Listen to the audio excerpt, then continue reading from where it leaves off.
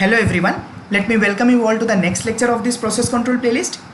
Last lecture में मैंने आप लोगों को प्रोपोर्शनल कंट्रोलर के बारे में पढ़ाया था। In this lecture I will try to cover the integral controller और the I controller. So let us start. As of now हम लोगों को ये पता है कि जो प्रोपोर्शनल कंट्रोलर है उसको यूज़ करने की वजह से हमारे सिस्टम में एक ऑफसेट एरर या एक परमानेंट रेसिडुअल एरर जनरेट होता है। So in order to eliminate that offset error we use integral controller. Integral controller considers all the past errors by integrating the total past errors and after that the controller output is generated. So जो controller output generate होता है integral controller में it is generated by considering all the past errors. Proportional controller में ऐसा बिल्कुल नहीं होता था। Proportional controller में we used to see that the controller output was generated due to the present value of the errors. जितना ज़्यादा error उतना ही ज़्यादा कंट्रोलर आउटपुट।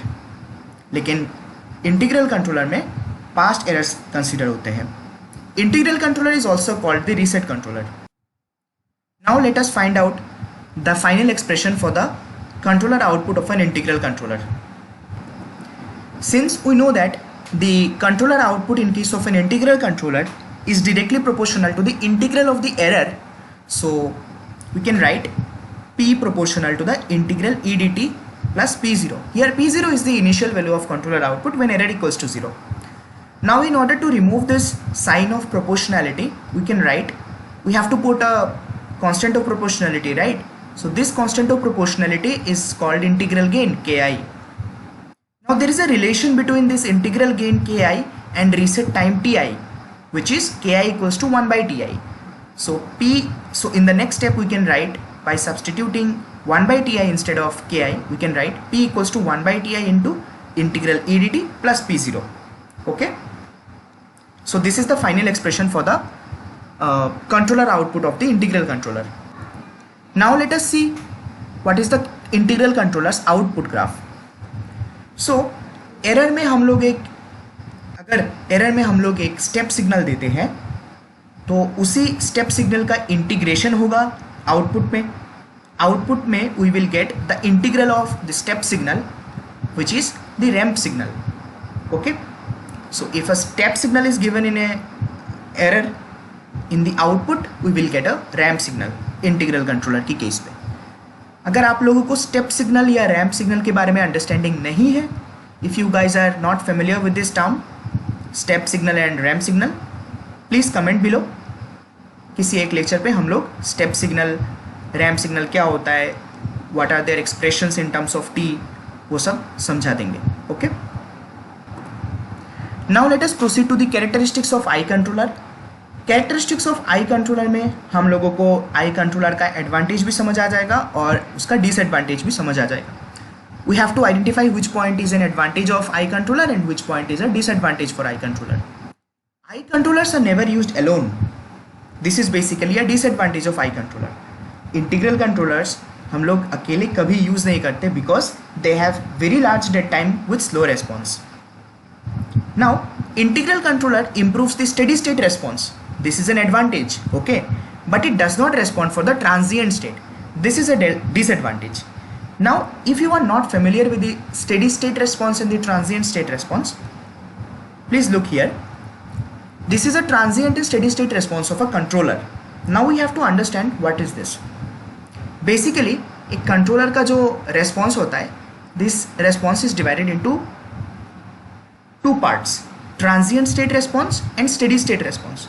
जब तक वो रेस्पॉन्स सेट पॉइंट तक सेटल डाउन नहीं हो जाता है तब तक the response we get is known as transient response, और सेटल डाउन होने के बाद the response which we get is steady state response. So जो इंटीग्रल कंट्रोलर है वो सिर्फ स्टेडी स्टेट पार्ट में काम करता है। It improves the steady state response but it does not respond for the transient state. इस पार्ट पे हम लोग इंटीग्रल कंट्रोलर यूज़ ही नहीं कर सकते, सिर्फ इस पार्ट के लिए यूज़ कर सकते हैं। ठीक है, सिर्फ स्टेडी स्टेट रेस्पॉन्स इंप्रूव करने के लिए यूज़ कर सकते हैं। The integral controller also acts as a lag controller.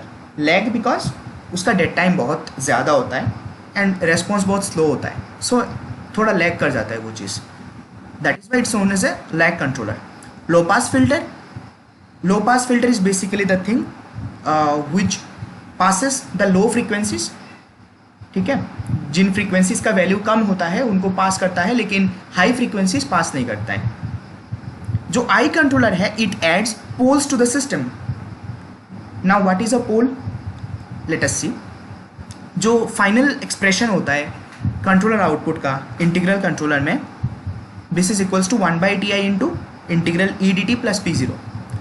अभी अगर हम लोग लैप्लास ट्रांसफॉर्म लगाते हैं इस एक्सप्रेशन में, then P of S equals to 1/ti into E by S plus P zero.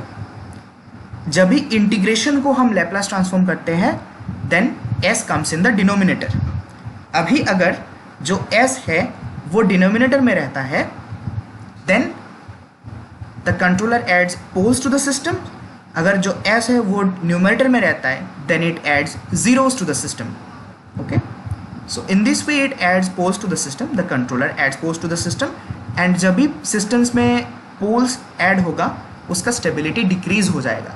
So this is particularly a disadvantage of I controller. So after going through all the characteristics of I controller, अभी हम लोग ये analyse करते हैं कि किस type की application पे हम आई कंट्रोलर्स यूज़ कर सकते हैं. So as we know that it improves the steady state response and it does not respond for the transient state.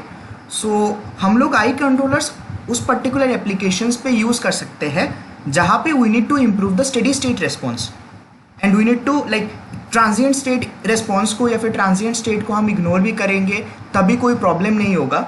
उसी पर्टिकुलर एप्लीकेशंस पे हम लोग आई कंट्रोलर को यूज़ कर सकते हैं.